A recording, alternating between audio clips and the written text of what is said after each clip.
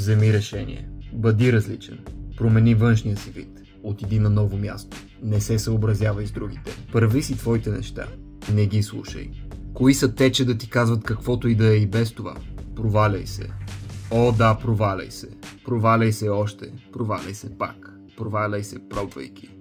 Върви по своя собствен път и не следвай задължително течението. Защото другите риби не винаги знаят повече от теб. Може би просто се борят за оцеляване. Но ти си тук за нещо повече. Дадено ти е знанието. Усетът. Време е да го използваш. Заобикаляй. Тичай. Спирай когато трябва. Не се съобразявай с никой. Твори. Мисли. Бъди. Бъди странен. Не е страшно. Странността те отличава. Странността е хубаво нещо. Даже думата има 2 пъти двойни букви. Странно. Продължавай. Пробвай различни неща. Да бъдеш себе си е да бъдеш странен. Бъди страхотен, такъв какъвто си. Използвай странните си обичаи в твоя полза. Създавай с тях, учи се от тях, променяй света. Този около теб и този вътре в теб. Имай желания. За промяна, за нещо ново, за нещо грозно, за несъвършенство. Дори да не е спортсменско. Плувай в този свят пълен с объркани хора. По-добре е да объркваш, отколкото да си объркан.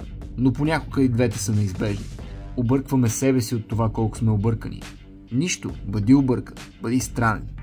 Защото иначе щеше да си просто една цифра в таблица, една проста статистика. Здрасти! Чао!